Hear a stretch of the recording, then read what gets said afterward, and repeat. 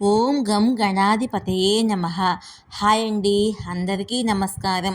మనం ఈరోజు ఈ వీడియోలో 12 ఏళ్ల తర్వాత నవపంచమ యోగం ఏర్పడుతుంది. ఏ పని చేపట్టినా అందులో విజయము ఈ రాసుల వారిదే. ఇందులో మీ రాశి ఉందేమో చూసుకోండి. ఈ వీడియో కనుక మీకు నచ్చినట్లయితే లైక్ చేయండి, షేర్ చేయండి, సబ్స్క్రైబ్ చేసుకోండి. ఈ వీడియో లాస్ట్ వరకు స్కిప్ చేయకుండా చూడండి. ఇలా చేయడం వల్ల ఈ వీడియో మరికొంతమందికి రీచ్ అవుతుంది. ప్లీజ్ సబ్స్క్రైబ్ మీ, సపోర్ట్ మీ. సుమారు 12 సంవత్సరాల తర్వాత నవపంచమ యోగం ఏర్పడింది. దీనివల్ల కొన్ని రాసుల వారికి అన్నింటా విజయం సిద్ధిస్తుంది. అందులో మీ రాశి ఉందేమో చూసుకోండి. గ్రహాల సంచారము మానవుల జీవితంపై తీవ్ర ప్రభావాన్ని చూపుతుంది. కొంతమందికి ఆనందం కలిగిస్తే మరికొంతమందికి ఇబ్బందులు కలుగుతాయి.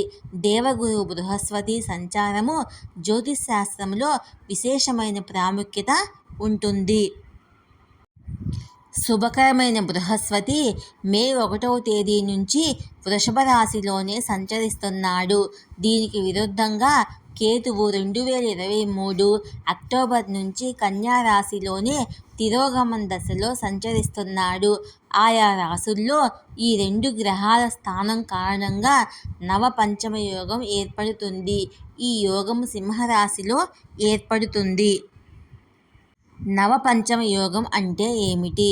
9, 5 గృహాలలో బృహస్పతి లేదా అంగారకుడు లేదా కేతు గ్రహాలు కొన్ని ప్రత్యేక స్థానాల్లో ఉన్నప్పుడు ఈ యోగం ఏర్పడుతుంది. అంగారకుడు, కేతువు 9వ ఇంట్లో, బృహస్పతి 5వ ఇంట్లో ఉంటే నవపంచమ యోగం ఏర్పడుతుంది.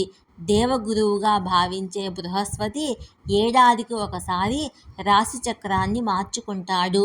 అలా ఈ ఏడాది వృషభ రాశిలోనే సంచరిస్తాడు. గురుగ్రహ సంచారము కొందరి జీవితాల్లో పెద్ద ప్రభావాన్ని చూపుతుంది. గురు అనుగ్రహంతో ఒక వ్యక్తి అదృష్టవంతుడు అవుతాడు.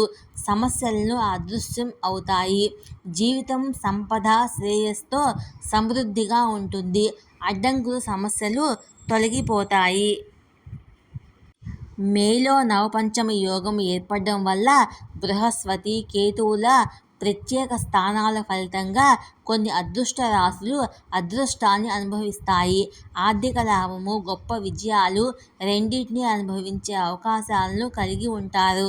నవపంచమ యోగం ఏ రాశుల వారికి మేలు చేస్తుందో ఇప్పుడు మనము తెలుసుకుందాము. మొదటగా వృషభ రాశి. కొంతకాలంగా నిలిచిపోతూ వస్తున్న పనులు పూర్తి చేయడానికి మంచి అవకాశం వస్తుంది.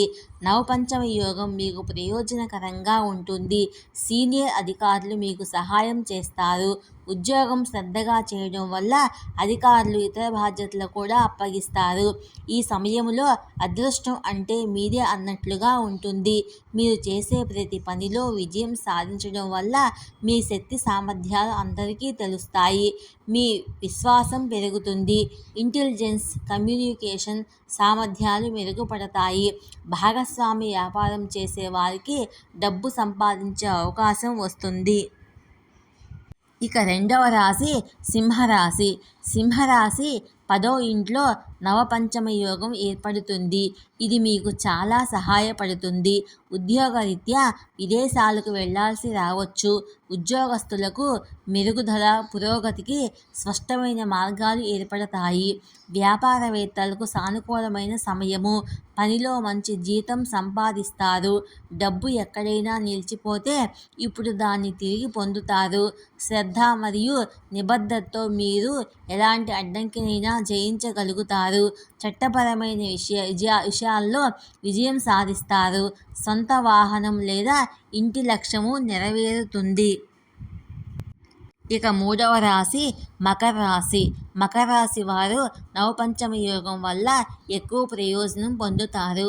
న్యాయపరమైన సమస్యలు ఉన్న వ్యక్తులు ఊపిరి పీల్చుకుంటారు. యజమానులు తమ ఉద్యోగుల పని, శ్రద్ధకు కృతజ్ఞతలు తెలుపుతారు.